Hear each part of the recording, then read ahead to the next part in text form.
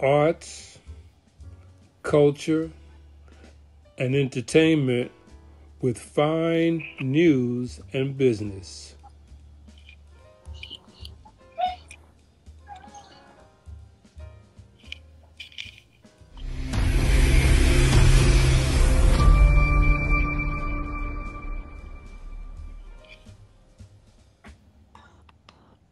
WMCJLTV.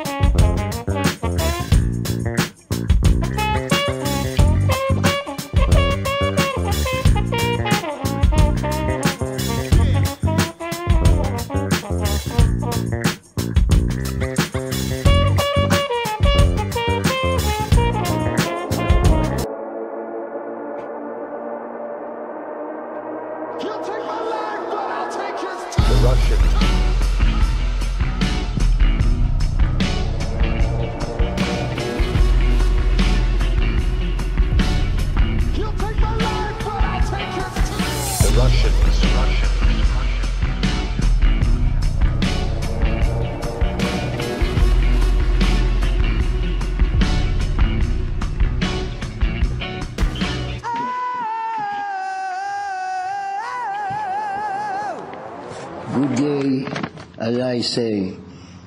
This is a rich hymn from Russia. They call it a poem. I changed the poem into a rich hymn. Yeah, man. With fainting soul, a thirst for grace, I wander in a desert place. On that crossing of the way, I saw a sixfold seraph blaze. He touched my eyes with finger light, a sleep that cometh in the night.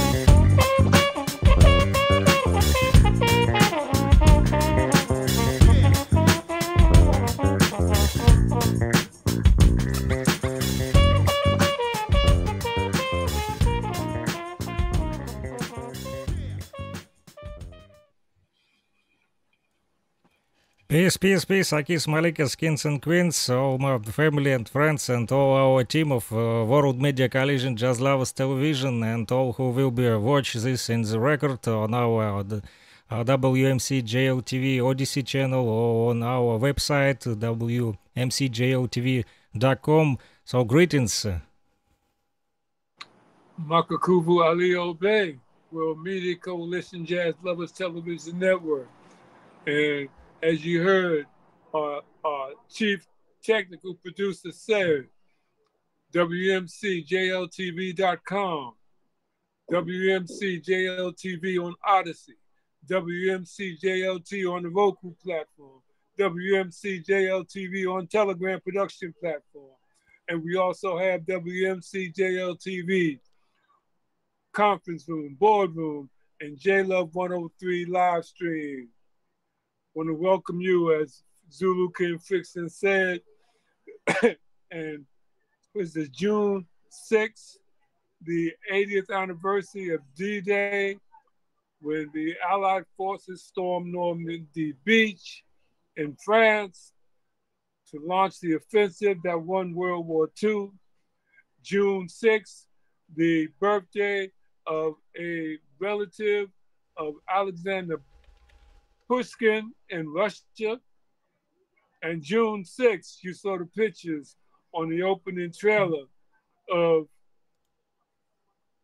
John Carlos, 1968, Olympic medalist winner Mexico City, June 6th, his Earth Cycle Born Day. I sent him an invitation to come in. I didn't hear the response. I texted him yesterday to congratulate him. But in any event, this is WMCJLTV's official shout out to John Carlos and all those who have a birthday on June 6th, 2024. And Fixin, Zulu King Fixin has a special report about Moors in Russia. We got Ufa City Sid bringing in a special report about the election in India with the winning of the election by President Modi or Modi. Is it Modi? Modi or Modi? Zulu King. I know like Modi. I don't know like it sound in English. In Russian we call it Modi. We need to ask Siddhant, but he's out. I think he have some job in his restaurant, but I think he will be back. He said that he forget the headphones, so he can't listen us. He can only speak. Yeah, and I write him the message coming out and speak, just speak. We will be listening. Right. He will be speak. Yeah, but wait him. Yeah, but before he wait and he back. Also greetings to Lawrence Wilson. We are glad that Lawrence joined to our team and also help us with the construction building of website. So Lawrence, greetings. How you doing? I'm wonderful. How about you? Yeah, we good also. Thank you very much. We will be continue speak with you in private messages to make our site more great. So I glad to build with you. And don't worry if I'm not message you in time, because we have different time zones, and this is big problem for us, because we live in different parts of the world, and sometimes when you sleep, I'm in the daytime on the job, or you maybe have day and we have night. That's first problem that I'm not answer in time. So sorry if I'm not answering quickly to you. Okay, what time is it there now? Now it's 7 p.m. Okay. Oh, do you know the time in numbers like -5 or all that good stuff? No, I don't know. Okay, no problem. Okay, we can speak. Siddhant said, sent now the message that he have some guests in the restaurant a few minutes, and he will be back to us, and we can start speak. You know, Makaku, why I today have this production, because I read your messages on Universal Zulu Nation Telegram channel, where you post some things, historic things about the orders, Catholic orders, about this nights of Catholic orders, and how was go the wars, and these wars, like you say, was before. These wars continue, and religious wars continue, and today they still continue make this in Ukraine. That's the first that I want to tell you. Yeah, because today in Ukraine we have like you know, back in the days before 2014, I also living in Ukraine before we separate from the Kiev government. But back in the days, I also living in Ukraine, and we have the Orthodox Christianity. Mostly our people have religion Orthodox Christianity. But today, the Ukrainian government trying to have the pressure on the Orthodox Christianity, and they make some laws that people today have no chance to go to Orthodox churches, the Orthodox Christianity churches, special services, militaries of Ukraine, they push these people out from the temples and rob these temples and take these temples for their private sins. They start recruiting some people and start trying to change the minds of the people. They trying to change the religion from Orthodox Christianity to Catholic. They change the holidays. If we back in the days have some holidays like Orthodox Christianity, today they try and push us to the Catholic religion, and people don't want this. Some people usually, like their fathers and grandfathers, mostly have the religion from Orthodox Christianity, and Catholics since not native religion for them, and this starts the religious wars today, and they also today start some arrests for the people who service in the temple. Have some video about this problem. Some Orthodox priests is under pressure, and they have some provokes for the people, like on this video now we'll show you. They try and provoke people. You see, they push the Orthodox priest to the flag of Russia, and on this flag also the face of the high priest of Russian Orthodox Christianity, and the Ukrainian militaries trying to provoke this priest to step on the face on the flag of high priest of Russian church. So they smiling, you see, it's provocation, and they not respect the religion of Russian people. They just arrest our religious priests in Ukraine, and this is a big problem for us. So that's the first question. That's I want to ask how is the situation today in your side, because you speak about this Catholic wars, and these Catholic wars, like I understand, continue today on our territory. I'd like to back up for a minute and clarify something that Zulu King Fixon said. He said back in the day, he was used to live in Ukraine. He actually still lives in the same territory, Lugansk People's Republic, and the people of Lugansk People's Republic voted to come out of the Ukrainian government structure and voted to go into the Russian Federation. So when he said that, he did not change his physical location. What changed was the fact that the Lugansk People's Republic became a part of the Russian Federation. And the Ukrainian war started in 2014 because the Ukrainian army was committing genocide against the Russian-speaking people in Ukraine.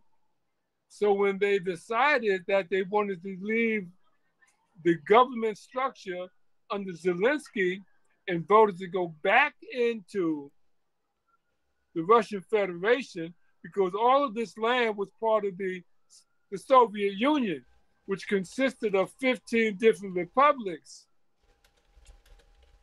But when they decided to go back into the Russian Federation, the propagandist media in the West made it sound like Putin was forcing these people by the gun to go back into the Russian Federation, when in fact they willingly went back into the Russian Federation.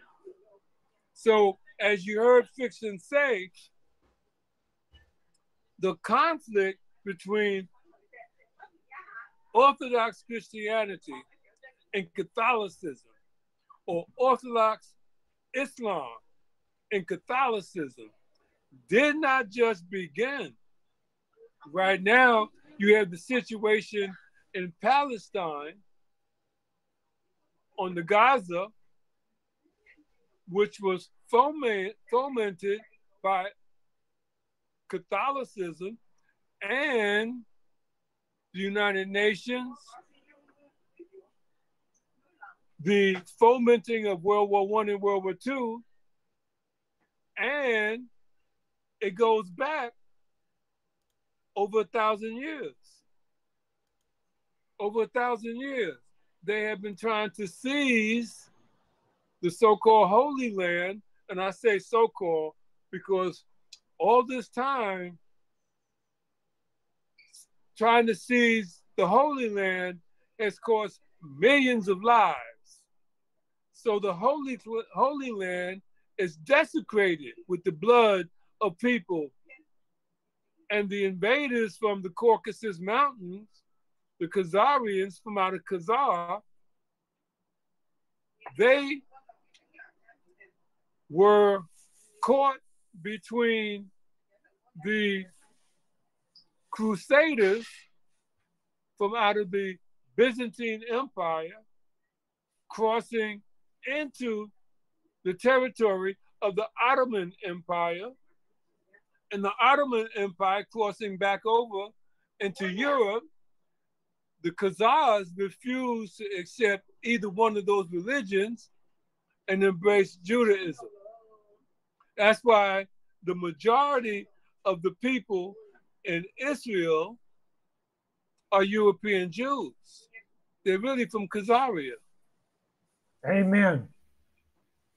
So now the Crusades, you had, and this is very interesting because the Knights of the Crusades were military organizations hired by the Catholic Church to invade Jerusalem, to capture Jerusalem, and this is the 571st year of the anniversary of the siege of Constantinople, where the European armies under the Knights of the Teutonic Knights, under the Knights Hospitalis, which is where the term hospital comes from. Hospital is a outgrowth of the Knights of Hospitalis, and the I can't think of the other Knights Order, but it's a famous Knights Order, and these were all religious military organizations organized by the Catholic Church. And the actual First Crusade was organized by a homeless man called the Hermit. I can't think of what they called him the first, but he was a hermit, and he initiated the propaganda to go into the Holy Land. So now, fast forward, I want to talk about the subject that Frickson brought up, which is the Moors in Russia. Yeah, few comments also. That's why I continue this talks, because I saw the history that you said, some links, and I also read this history about these Crusaders, and was wonder when I found some of these people today, nowadays, these Catholic organizations continue build so-called religious sects in Ukraine, and they start make this, not so long time, because first problem was the language when the war conflict start, and today the second step is a religious war. So was a conflict about the language, and now conflict about the religious, and these military organizations like Knights Crusaders, which oversee religious organization in Ukraine country, they have used treats to oblige priests, like I said, to persuade their parishioners, and they start to recruit some people to Ukrainian army. They have some instructions how to take people to army. So they make people, like religious zombie. And then first time they said about the religious, and then they sent them to the front line to kill each other. So it's religious war. Today have the new beginning, and some Ukrainian priests today who served in the prisons colony, they reported the presence of Satanists in the ranks of Ukrainian army, and some of them show some examples of some satanistic orders, in the Ukrainian army. So it's like sects, not the for the faith. It's just they just make people like zombie and push on the front line. And like you said, the Khazarians, these Khazarians from back in the days also have some battles with our Russian people, and that was a long time, but it was many battles with Khazarians, and Russian people have many battles back in the days. Our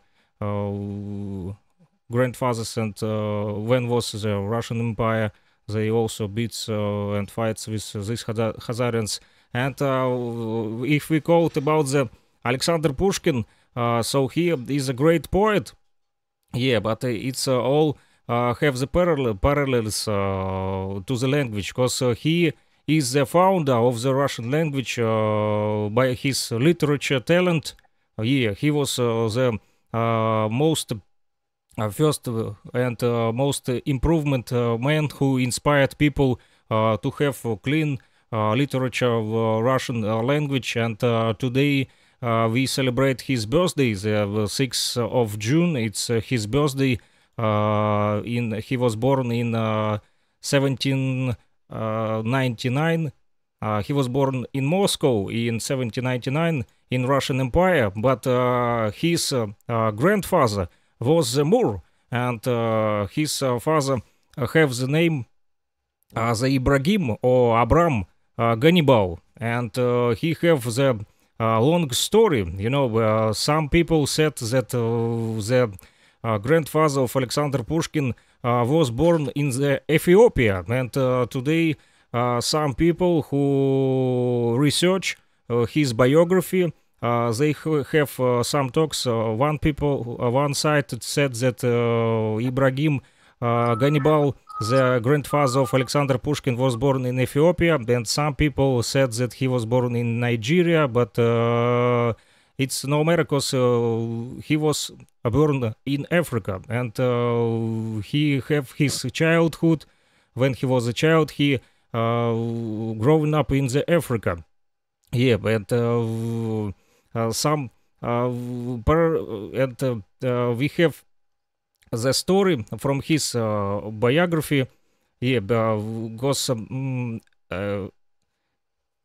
when he was a child, so some Ottoman Turkish people kidnapped him from Africa and slave him to the Turkey. And sometime he was in the slave, like a slave in Ottoman Empire on Turkish. And then some people give some money to the Turkish Ottoman Empire and take him to the Russia.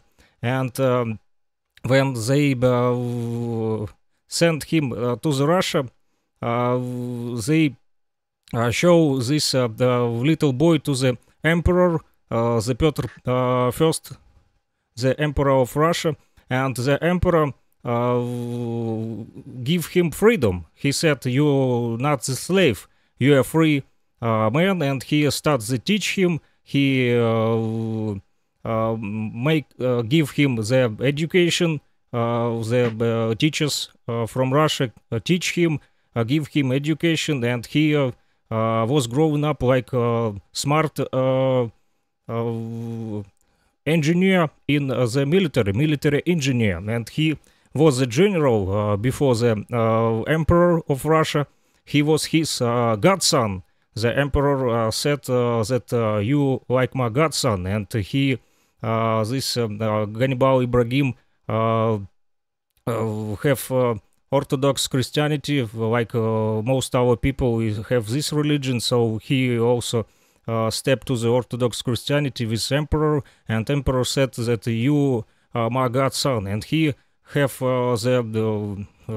have big talent in the generals in the military, and the emperor was proud of the Ibrahim Hannibal.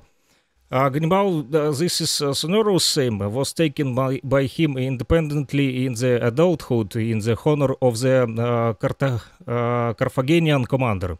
Well, and like I said, there are several theories how he was going on to the Russia, and today researchers continue to study about his biography. Not so many information about his biography, but we have some facts.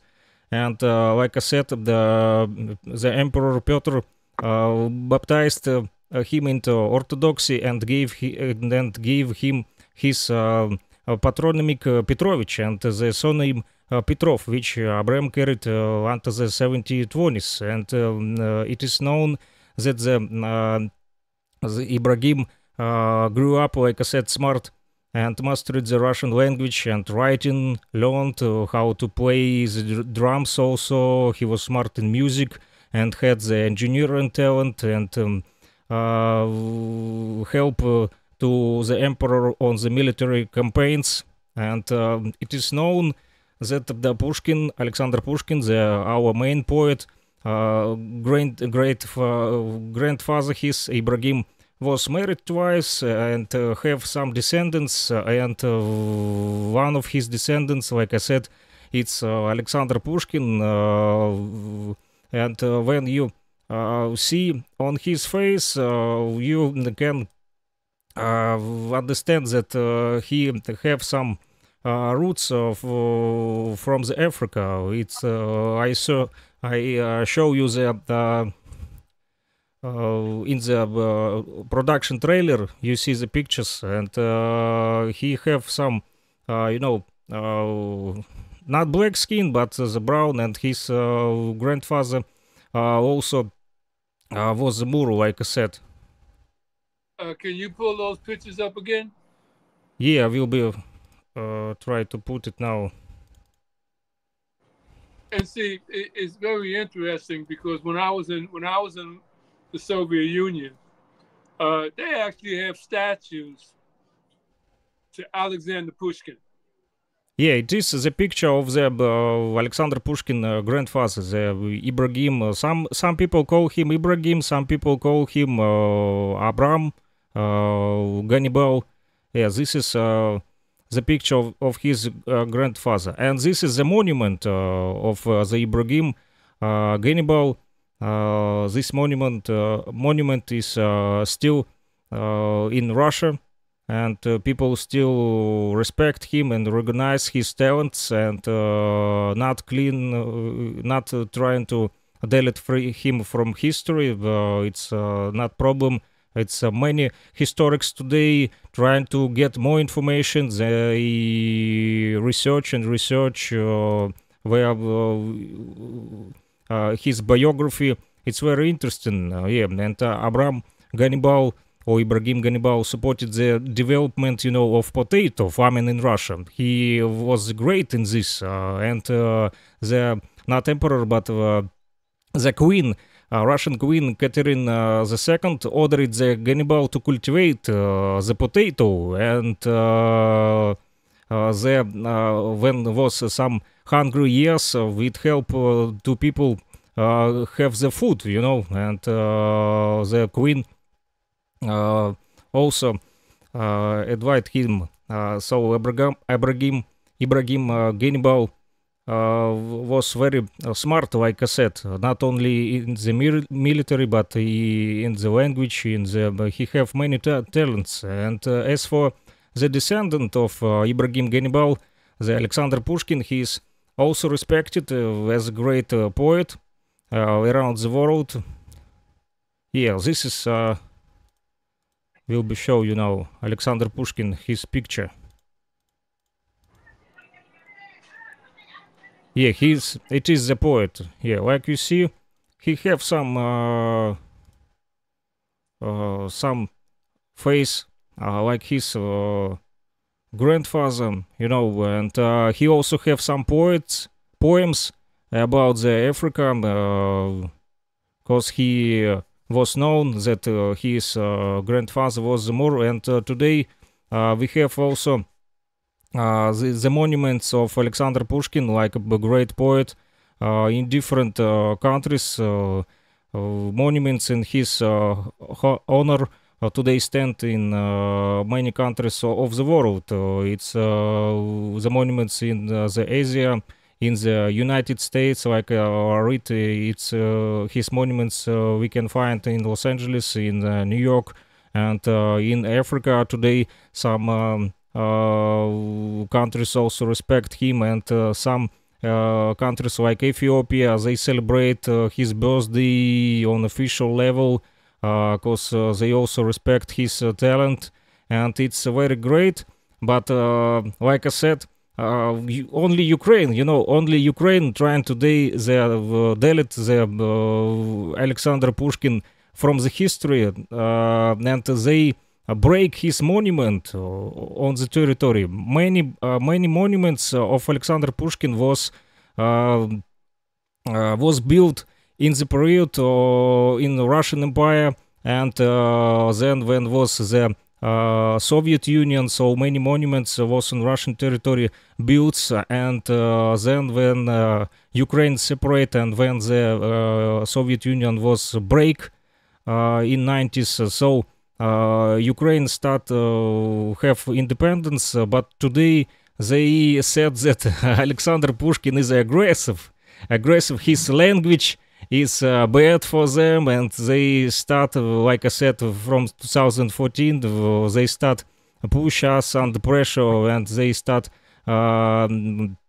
change our mentality of Russian people. They start using the manipulation to against Russian speak people, and today they fight even with monuments. It's crazy. They fight with Ukrainian government today, fight with religious Orthodox Christianity, they fight with Russian language, they try and build new monuments of new heroes, but we trying to save our culture, because Alexander Pushkin is our main poet, and it's a really strange story, because his monument and his decisions and his talent recognized everywhere, also in Europe, like I said, in Asia, in Africa, in the United States, and only Ukraine today trying to break his monuments and trying to not recognize him, and said that he is enemy for the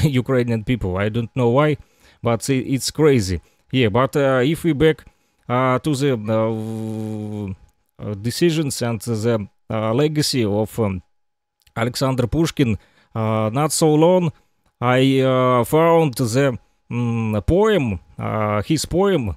It's called the Prophecy, and this poem was read back in the days. The Jamaican musician Lee Scratch Perry, great Lee Scratch Perry, who passed away a few years ago, if I'm not mistaken. So peace to him also. And Lee Scratch Perry, you see it on the picture now.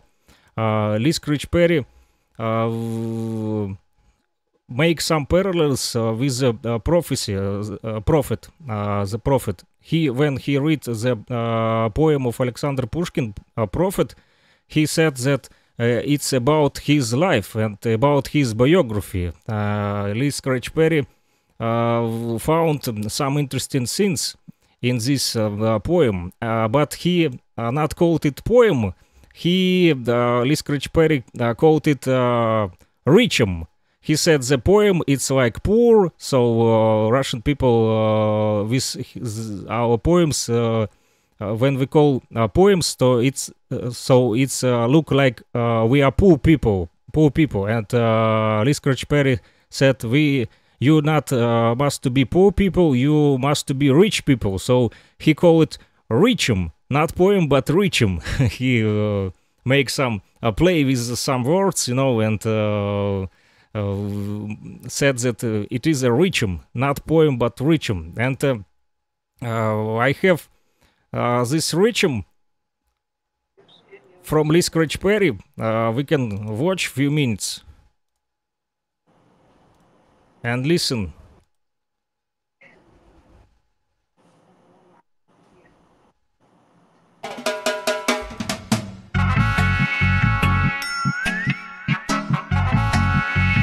Yeah, man.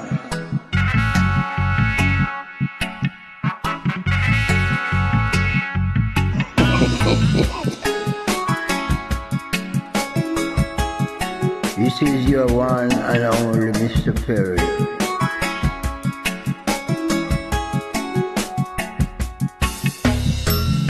With fainting soul, a thirst for grace, I wander in a desert place,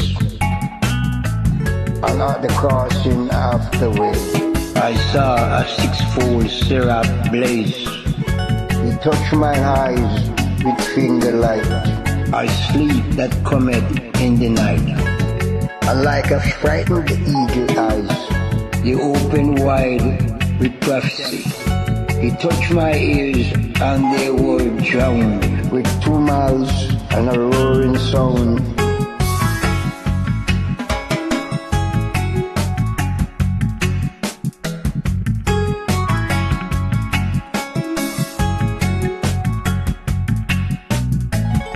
I heard confusion in the sky, and flight of angels, hosts on high, and beasts that move beneath the sea, and they stop creeping in the tree, and bending to my mouth they rang from out of it my sinful tongue, and all is lie, and I trust.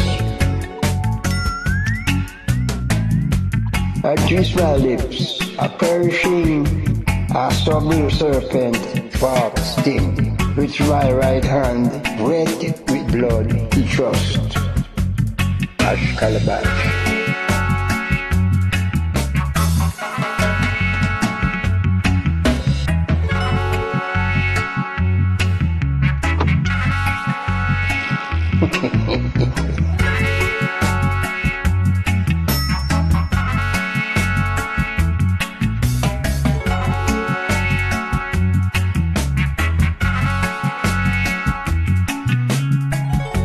And with his sword, my breath he cleft, my quaking heart there out he wept.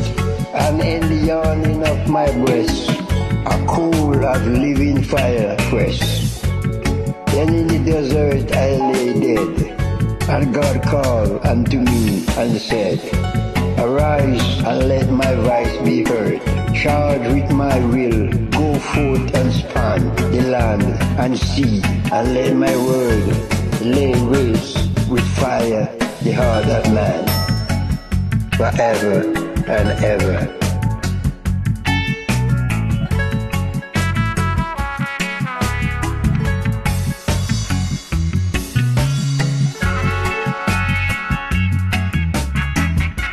God is great and God is good forever. Hallelujah, Hash Calabash. Yeah, man.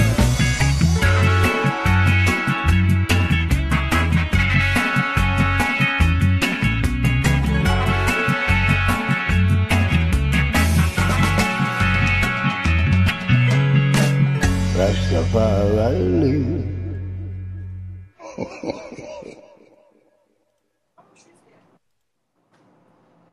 Amazing, amazing. Yeah, but it's interesting why he is choose this. We also have his. This is with the music, but we also have his audio without the music, and it's also. Good day, as I say. This is a rich M from Russia. they call a poem. I changed a poem into a rhythm. Yeah, man. With fainting soul, a thirst for grace, I wander in a desert place. On that crossing of the way, I saw a sixfold seraph blaze. He touched my eyes with finger light, a sleep that cometh in the night. Like a frightened eagle, my eyes, they opened wide with prophecy. He touched my ears and they were drowned. With 2 miles and a roaring sound I heard, confusion in the sky, and flight of angels, hosts on high, and beasts that move beneath the sea, and the sap creeping in the tree. And bending to my mouth, he rang from out of it my sinful tongue. He rang out something, from out of it, and all its lie and idle trust disappear. I twist my lips, a perishing, a subtle serpent, fork sting with my right hand, wet with blood, he thrust, and with his sword my breath he cleft the breath, yeah, son. My quaking heart thereout he wept. He wept out my quaking heart. He wept. He wept it out, yes. And in the yawning of my breast, a coal of living fire he pressed. Then in the desert I lay dead. And God called unto me and said, arise and let my voice be heard. Charge with my will, go forth and span the land and sea, and let my word lay wasted with fire the heart of man and the heart of Satan, that may know that I am God forever and ever. Hallelujah. Hashkalabash. God is God, and God is great, and God is good forever. Amen. And it was a record not from the first attempt. The Lee Scratch Perry have 3 attempts, and when he finished, it was mixed in one poem. And like I said, it's inspired him. Why it's inspired him, I will try to explain you now. This poem, Alexander Pushkin, was written in 1826, and the poem was meaningful for the Lee Scratch Perry.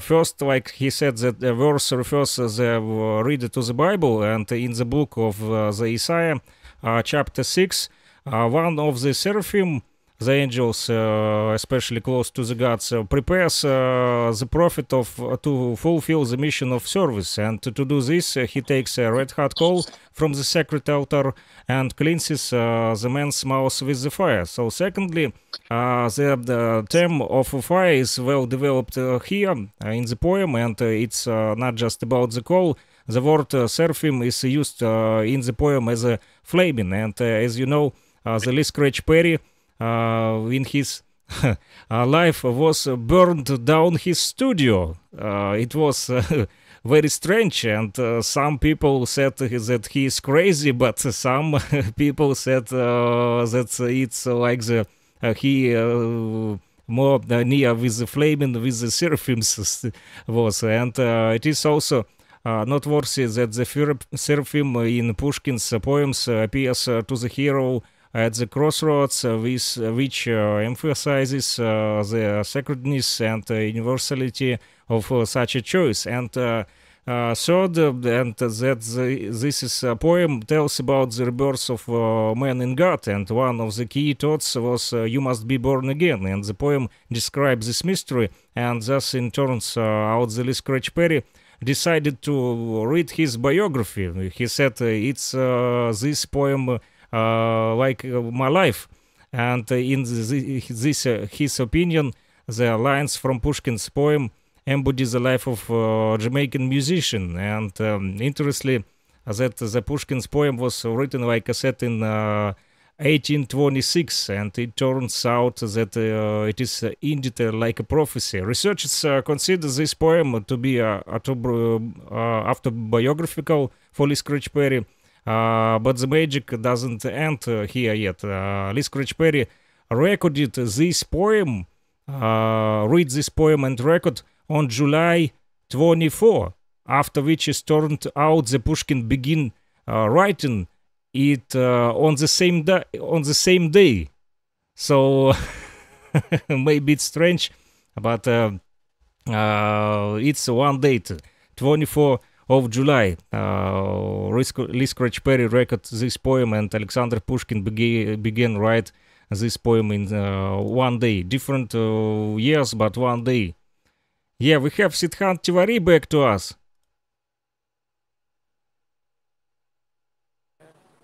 Hello once again. You can speak now. Yeah, I was listening to you and Pushkin. Yeah, you know about Alexander Pushkin. Yeah. But if you can now, if you have time, you can speak about the Modi. Makaku ask how to write needs set his name Modi or Modai, how it's correctly. It's Narendra Modi. Modi. Yeah. Okay, please tell us what is the situation in the elections in India 2024. And please, more near with microphone, make your volume more better. Okay, is now better? Yeah, more better, thank you. Okay. So the situation with the election is Modi won, but he did not. His party BJP did not have majority, so they're entering a coalition with other parties to make the government, and like the coalition has right now, as of now, it's 303 seats, so they are in comfortable majority. So yeah, it was very unexpected that Modi will not get the parliamentarian majority, like with his party alone. So that was a big shock to everyone, and yeah. So these elections, they're so complex that it will take several months to actually analyze everything and understand what actually happened. So yeah, I will not say anything like presumptuous, but some things are clear. Those are that there was foreign funding involved that wanted to take Modi out. So like Soros donated $1 billion for that, and some of that money actually worked. Yeah, it will take time to analyze how exactly it worked, but we have the effect that like Modi did not get that majority, and one of these things was of course foreign interference. Yeah, but as time goes on, yeah, we will see. We will uncover more things about what actually happened, and yeah, one of the things that should be clear that, yeah, thankfully he is forming government, so India will still be on the right path. Yeah, out of slavery, out of slave mentality. Yeah, so towards development and yeah, despite having to be in a coalition, yeah, all the major things they will not get hinged. So especially the foreign relations, they will not get any weaker for India. Yeah, there is an analogy that a wounded tiger is more fierce than a healthy one. So Modi right now is a wounded tiger. So he will come after those who wounded him. So in the foreign relations, I am expecting to see that India will continue the independent path that it is craving for its own people. And, there will be a lot of disagreement with the Western countries, with some Western countries, not all of them. So specifically Canada, USA. So yeah, and internally there will be some instability. Yeah, because the opposition, they managed to win a lot of seats in a lot of crucial places. But we'll see how it goes, because security-wise, Modi actually managed to cover some aspects before the elections. So what would normally happen, like the protests and everything, yeah, most probably those will not be on the same level as one would expect them. So that's from good side. What else? Uh, yeah, uh, the main outcome was that it was shocking, and from the good thing that. Tell us about this picture, Siddhant. Please tell us about this picture. It's a map of the parties in India in election. It's so many. Yeah. One of the things that these elections were largest elections, democratic elections in human history, and in Indian political system, it's not. It's like real democracy with multiple parties. Like it's not two-party system, which is one step away from Chinese one-party system. We don't have any like monarchy or like blood-related positions like in House of Lords in the United Kingdom.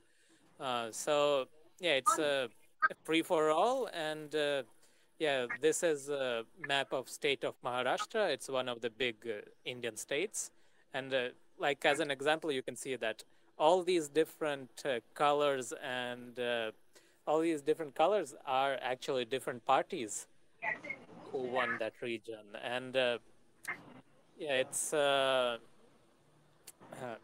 Так меня слышно, да? Yeah, we hear you. Okay. So, yeah. So many colors and so many parties. It's interesting, yeah. Yeah, so every vote counts, every party counts, like people matter. So that's the real essence of democracy, and India is very good example of how it should be done. Maybe that's why the Modi not have so many voices, because many parties, like you think. No, like previously it was also the same number of parties. So some other things played here.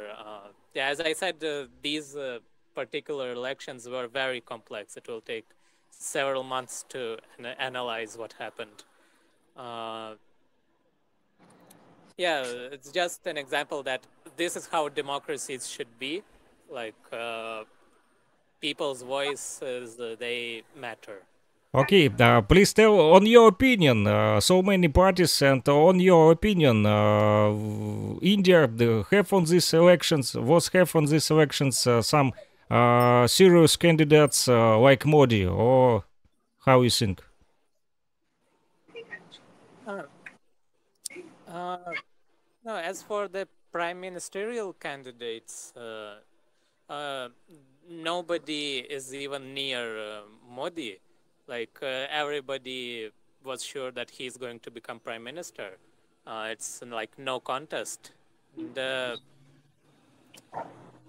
So for you, he is the main candidate. no, it's for everybody. Like nobody even doubted that he wouldn't become. Like it's either him or nobody. Like even the opposition, they knew that they would not win. Yeah, how many years? How old is he? He is currently 73 years old. And it is his third time on the election. And this is his third term, yeah. Okay. So India's Modi not already prime minister, but it will be, like, understand. Uh, no, that's just a formality. He has to resign and to take oath once again. It's just formality that he resigned. Okay, thank you, Sid. It's very interesting to have some news. Yeah, and within 24 hours, within first 24 hours, 77 world leaders, they congratulated him. The first person to call him to congratulate was Putin from Russia. And the first person to congratulate him, like in general, not via phone, was Bangladesh Prime Minister Sheikh Hasina. The first Western country who congratulated him was Italy, Italian Prime Minister Giorgia Meloni. And first West Asian country, like Middle Eastern country, which congratulated Modi, was Israel. And the first African country who congratulated him was Nigeria. Okay, and also have some pictures from you. Can you explain what this was about? Yeah, recently was a commemoration of Anglo-Boer Wars and the Zulus, like in South Africa. So the Boer minority, like the white minority, they participated in that war. And yeah, in Russia, actually, in that war, there were a lot of volunteers from Russia who supported Boers and went all the way to South Africa to fight in that war. It was war against the United Kingdom. So there were several wars. Some of the battles were against United Kingdom, yes. Okay. Some of them were between Boers and Zulus, like Black Africans, and yeah, some were against British. Understand, thanks. And also, if you have time, I wanna ask you about one video. Also interesting to know what it's about. Like I understand, it's was from Ukraine, where the Krishnaites have some trouble, because we today speak about the religious war in Ukraine and about the pressure on the Orthodox Christianity, and also we have some videos where the Krishna is also under pressure, I can understand. I will try to put it on our production now to watch it, and you can comment it. Well, yeah.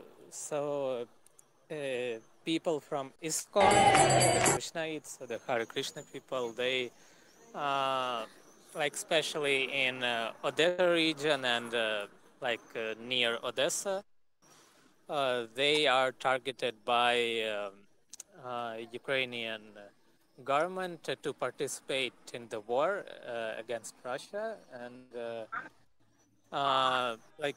ISKCON people are generally very peaceful. They follow absolute ahimsa, like non-violence, and the government is forcing them to participate in bloody conflict. So it's Krishna. It's from Ukraine, like I understand. Yeah, and they It's from South Ukraine, yes. and they step against the militaries who trying to send them to the front line. Yeah, yes, exactly. So it is the second example we speak today, like militaries in Ukraine and Kiev government trying to push religious people to each other, to killing each other, and people not support the war. People just need the faith and peace, and Ukrainian government continue this bloody war, and they using the religion people today, and it's a very serious problem because not only Orthodox Christianity are under pressure, and also Krishna people also under pressure in Ukraine.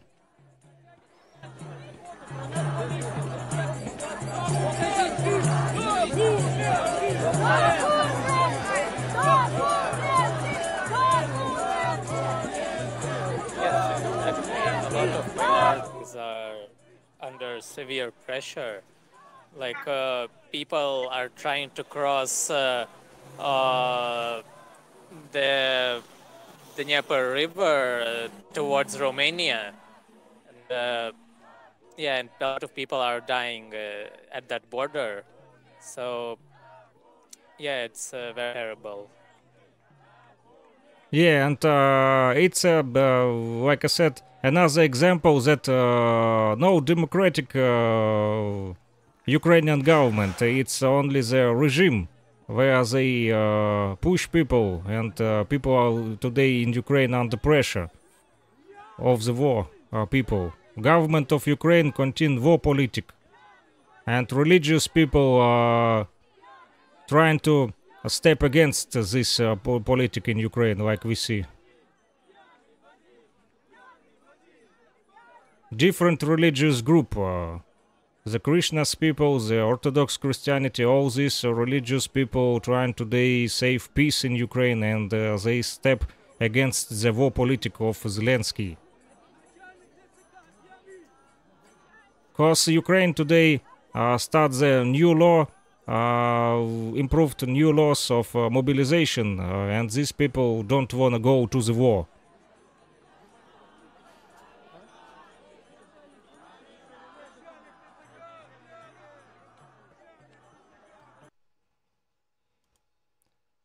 How is situation in Ufa City?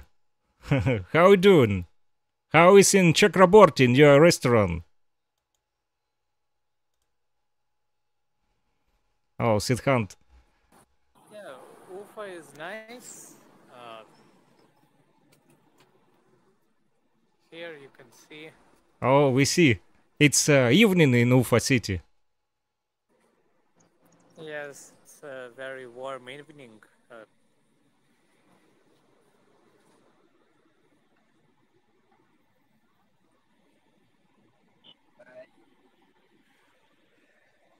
Have you Krishna guests in your restaurant? Yeah, sometimes they come. Even like today, some of them came to eat. Yeah, there is a big community in Ufa. yeah, they sometimes come here. Yeah. Okay, and they have no problem in Ufa City. Well, they live without disturbing anybody, so nobody has any problem with them. Okay, I'm glad that you're living in peaceful city, and wish you good luck also Yeah, for your the cafe. only thing that that is bothering them is that Russian government in general, like across Russia, they do not allow Christians to build a temple. There's Oh, not even a single temple in Russia oh, because so the government is strictly against it. okay, so they have no temples. Yes, the only demand they the Christian people have is that please let us to build a temple. But yeah, as of now, the Russian government is for some reason very against it. And have they some community centers where they gathering? Yeah, like in every city there is a center. Okay, understand.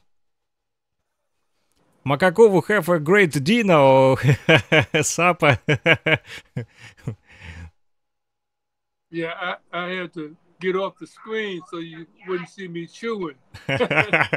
Yeah, Siddharth also in restaurant now, so we can also speak about the food. you know. For sure. Well, this has been a great international production. And I want to close by saying, in terms of Russia and the legacy of the Moors in Russia, Russia is the only country in the world that I know of, and Frickson can correct me, that has the Patrice Lumumba University, and they have streets named after Patrice Lumumba University. So it's nothing strange that they will recognize Patrice Lumumba, a freedom fighter, especially after having the legacy of Ibrahim, the grandfather of Alexander Pushkin, and statues of Pushkin, and Pushkin being the great writer that he was, to influence the development of the Russian language. Yeah, you know, about the Patrice Lumumba, I have some memory. When the war just started in 2014, and you know, I was going to the library, our local library in Lugansk city, and some of the childhood friends was smile. Why you go to the library? Why you need these books? The war is started, and you go for the books. And you know, few books that I get in that library, one of these book was about the Patrice Lumumba, you know, and today I remember these gunshots, the bombs flying, Ukrainian weapons shot to our city, destroy our buildings, and I was reading the Patrice Lumumba biography from our local library, you know, it's this book was inspired me in that wartime, you know, because Patrice Lumumba was a great man who was a fight with the regime, and I have a picture with this book, memory pictures, you know, and like today, and remember how this book will help me, you know, go out to some depressive thoughts, and when you read, you can have free your mind from the shots from war. You just read, and it's more better feeling when you're reading. So books is good, and thanks to Patrice Lumumba, he's a great hero, and like you said, yeah. We have universities that are dedicated to him, and the streets. Absolutely. It's the World Media Coalition Jazz Lovers Television Network. And today's production was a production inspired by our great technical producer in Lugansk People's Republic, Russian Federation, Zulu King Frickson. Signing off on this day, June 6th, the birthday of the grandfather, the birthday of Alexander Pushkin. We want to thank you for coming in. We look forward to seeing you again. And before I leave, I'm going to make one more comment because we just produced a documentary footage on Dave Hansen, the direct descendant of John Hansen, the first president of the United States who was a Moor. And we're going to be working with Dave Hansen to develop a Moorish temple in Jamaica. So look for that coming down the pike, folks. I'm Makakuru Ali Obey with Ufa City Sid in Ufa City, Russia. Zulu King Frickson, Lugansk People's Republic, and Lawrence Wilson in Chile, South America. Thank you all. Yes, thank you. And also best wishes to John Carlos, the great man who also celebrate today the day of birth, the champion runner, the medalist. Absolutely. Absolutely. Take us out, Frickson.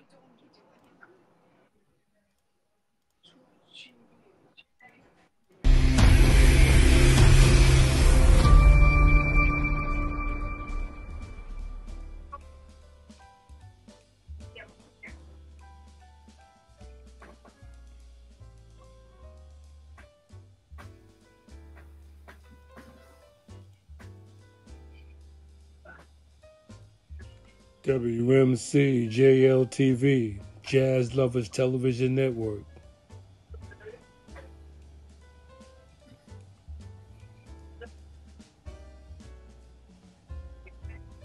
Arts, culture, and entertainment with fine news and business.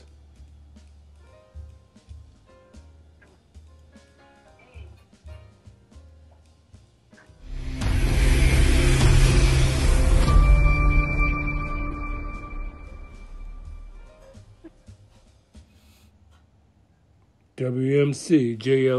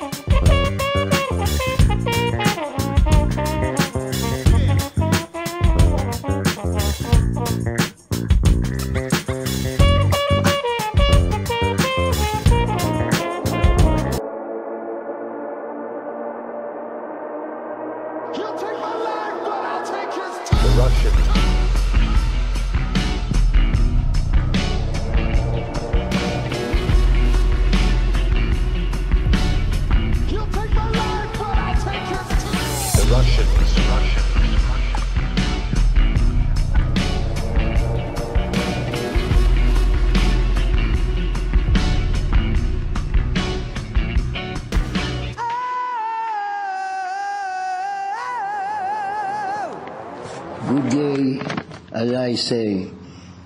This is a rich hymn from Russia. They call it a poem. I changed a poem into a rich hymn. Yeah, man. With fainting soul, a thirst for grace, I wander in a desert place. On a crossing of the way, I saw a sixfold seraph blaze. He touched my eyes with finger light, a sleep that cometh in the night.